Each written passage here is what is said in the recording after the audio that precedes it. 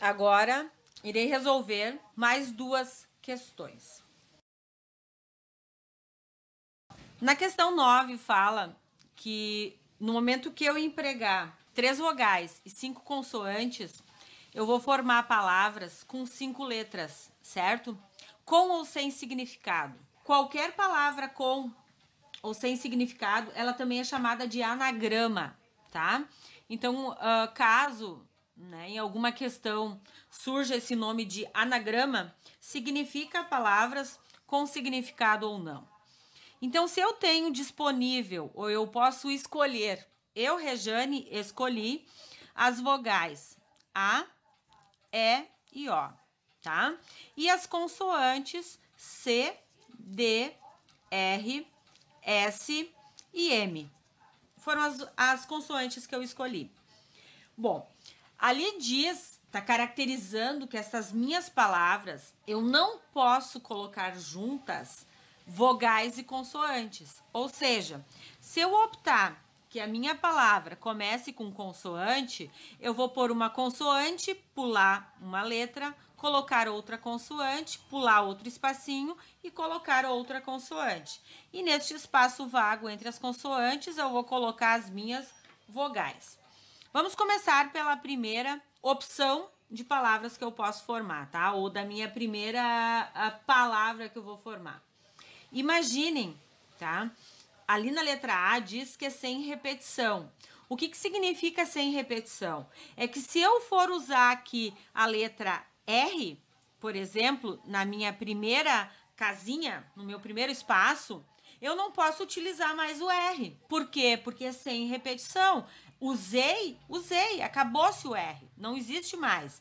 Então, no meu primeiro lugar, para colocar as consoantes, quantas letras eu tenho disponíveis para colocar nesse meu primeiro espaço? 5. Usei o R. Quantas letras eu tenho disponíveis para colocar no meu terceiro espaço? 4. E no meu quinto espaço? 3. Pronto, usei 3 consoantes. Nas vogais, as vogais eu tenho 3 vogais que eu posso utilizar. Então, quantas eu posso escolher aqui? Ah, eu vou escolher o A, certo? Se eu escolhi o A, aqui eu não posso escolher o A, porque diz ali na A que é sem repetição. Então, aqui eu tenho 3 possibilidades de escolha. Eu posso escolher entre o A, o E ou o O. Aqui na quarta casa, ou no quarto espaço, eu tenho 2 possibilidades. Tá, e agora o que eu faço com tudo isso? Eu multiplico, porque para mim formar esta palavra, eu preciso de todas essas letras, certo? Então, eu vou pegar e vou multiplicar lá. Dá 360, ok? Isso são as possibilidades que eu tenho de não usar repetição, ok? Tá, mas as minhas palavras começaram com consoante. Vamos supor que o João queira que as palavras dele iniciam com as vogais. Tá errado? Não, porque eu tenho essas 2 possibilidades de escolha. Então, agora, as palavras do João irão iniciar com as vogais. Eu ponho vogal, pulo uma, ponho vogal, pulo... E no meio disso eu coloco as consoantes. E agora, não tá fechando o meu resultado de jeito maneira. Pois bem, porque eu tenho essas 2 opções de escolha. E agora eu vou colocar. Quantas vogais eu tenho no total? 3. Se eu tenho 3 aqui, aqui eu vou ter só mais 2 e aqui eu só vou ter mais uma. E as consoantes, quantas eu tenho? 5. Se eu coloquei aqui na segunda casa, eu tenho 5 opções de escolha, na quarta casa eu vou ter 4 opções de escolha. Logo, eu vou pegar e vou multiplicar estes números entre eles. Dá 120. Tá, mas qual é a resposta agora? Lembrem que no exemplo, na questão anterior que eu resolvi, eu falei que quando eu uso e, eu multiplico. E quando eu uso ou, eu somo. Ou seja, gente, aqui tá bem caracterizado aquilo que eu havia explicado na questão anterior aqui, lembram? Aqui eu precisava de tudo isso. Eu precisava dos livros de geometria e dos livros de álgebra e dos livros de análise. aqui as minhas palavras, elas podem começar com consoante ou com vogais. Então, quando eu usar ou, eu vou somar os meus resultados. Logo, fazendo esse somatório aqui, eu tenho 480 possibilidades de formar palavras com 3 vogais, 5 consoantes, não ficando juntas, de 480 possibilidades diferentes. Eu irei formar 480 palavras diferentes, ok? A B diz que pode haver repetição. Da mesma forma, pensem assim que eu comecei as minhas palavras com consoante novamente. E no meio das consoantes eu coloquei as vogais. Se na letra B eu tenho 5 consoantes disponíveis para colocar no meu primeiro espaço, no meu terceiro espaço eu vou ter 5 consoantes disponíveis de novo.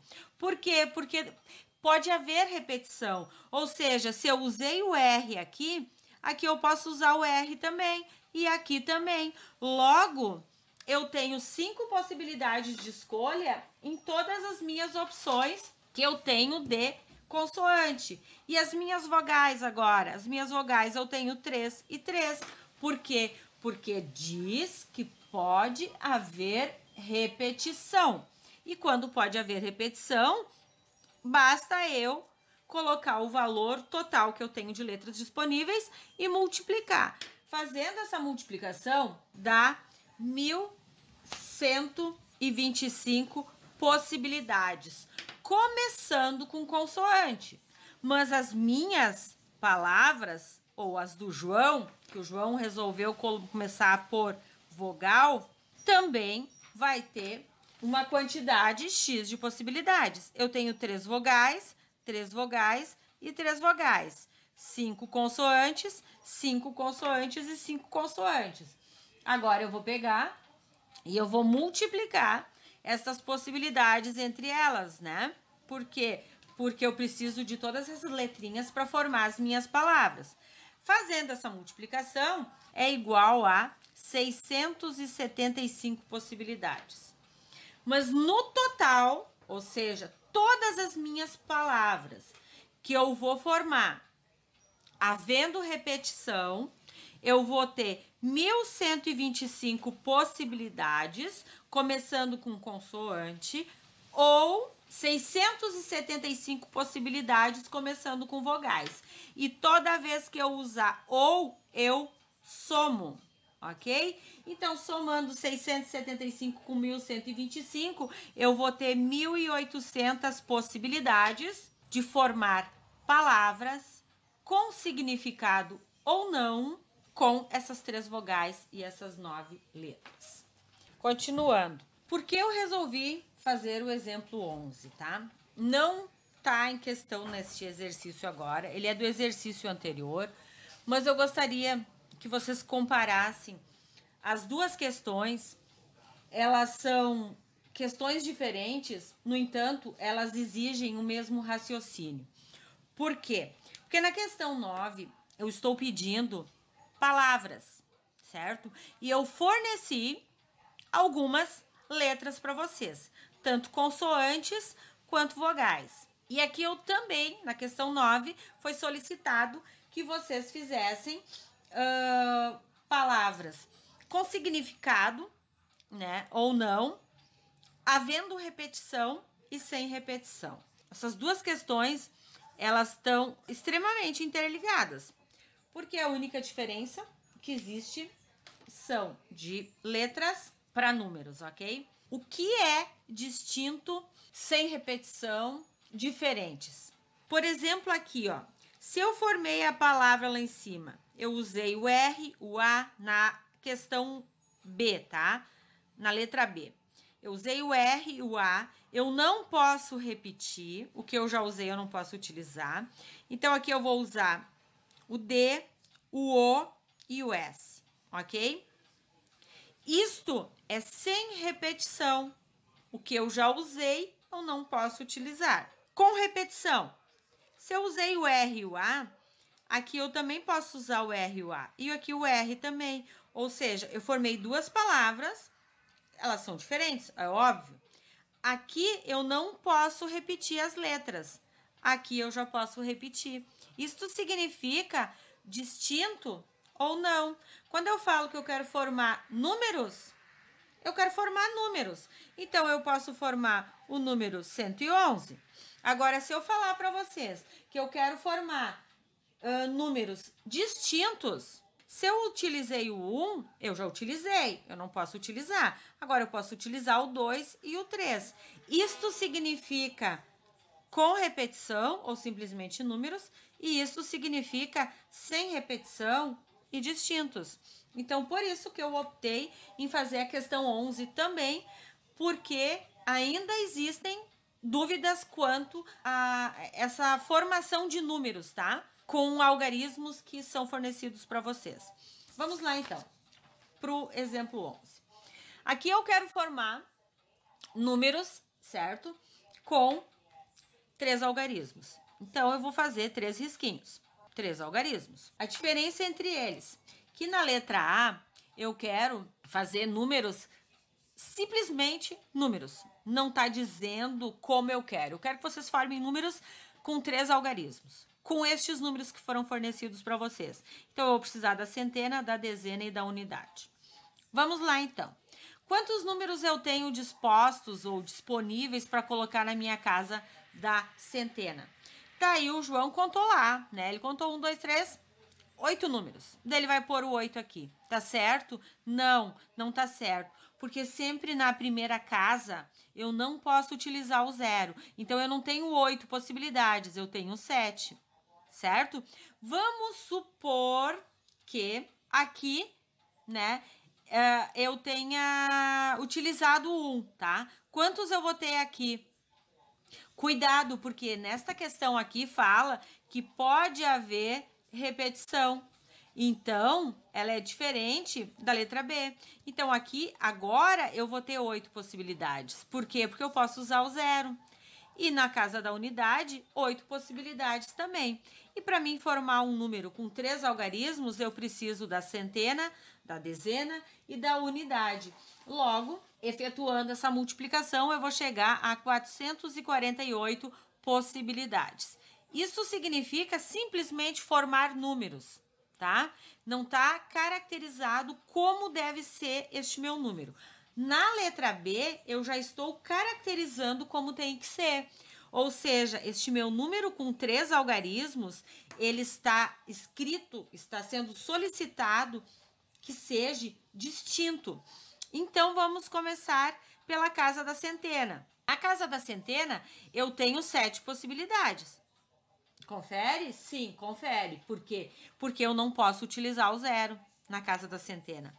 Agora, aqui, que são números distintos, sem repetição, diferentes. Quantos números eu tenho para usar na casa da dezena? Ah, eu usei o 1 aqui na centena. Eu vou ter aqui 7 possibilidades de escolha, porque eu usei o 1 aqui. Aqui eu posso usar o 0. Então, eu tenho 7, ó. 1, 2, 3, 4, 5, 6, 7. Agora, na casa da unidade, vamos supor que aqui eu tenha utilizado o 0. Quantos sobraram aqui? 6. Logo, para mim formar estes números aqui, ou para mim saber quantos números eu consigo formar, distintos, sem repetição, tá? De 3 algarismos, com aqueles numerozinhos que eu tenho lá em cima, fazendo essa multiplicação, eu chego à conclusão de 294 possibilidades. Então, quando eu peço simplesmente para vocês formar números, eu não estou dizendo que eu quero distinto, nem sem repetição. Eu quero que vocês formem números. Então, basta eu cuidar só da primeira casa. Ou seja, se ele é de 2 algarismos, da dezena, se ele é de 3 da centena, se ele é de 4 do milhar e assim por diante. Quando eu tenho caracterizado que este número ele tem que ser sem repetição ou distinto, eu tenho que tomar um cuidado bem maior, tá? Mas eu ainda poderia pedir aqui para vocês formar números pares. de 3 algarismos com esses números ali de cima. Então, se são pares, eu vou ter a casa da centena, da dezena e da unidade. Mas o que caracteriza um número par para mim? O número que está na casa da unidade. Então, eu vou olhar aqui em cima. Quantos números eu tenho dispostos para colocar na casa da unidade? Porque quando eu falo de par, de ímpar, divisível, eu tenho que começar pela casa da unidade, certo? Eu não posso começar pela casa da centena, neste caso aqui. Porque é a casa da unidade que vai caracterizar se um número é par ou ímpar. Vamos fazer quantos números pares eu teria aqui. Então, eu vou lá nos números que eu tenho disposto e vou ver quantos eu tenho a possibilidade de colocar aqui. Eu tenho o 0, o 2, o 4 e o 6. Logo, aqui eu tenho 4 possibilidades de escolha. Se eu falo ainda que este número não tem repetição, o que eu já usei eu tenho que ir tirando. Agora, se simplesmente fala que são números pares que eu quero, eu vou olhar. Se eu usei aqui, por exemplo, o 2, tá? Usei o 2 aqui. Quantos números me sobraram para colocar na casa da dezena? Eu vou lá contar, ó. 1, 2, 3, 4, 5, 6, 7. 7 números. Vamos supor que agora eu tenha usado o 0, tá? Quantos números me sobraram para colocar na casa da centena? Eu vou lá contar. 1, 2, 3, 4, 5, 6. Ok? Então, seria isso, tá? Espero que eu tenha esclarecido algumas dúvidas. E no próximo vídeo, irei esclarecer algumas questões. Então, até o próximo vídeo.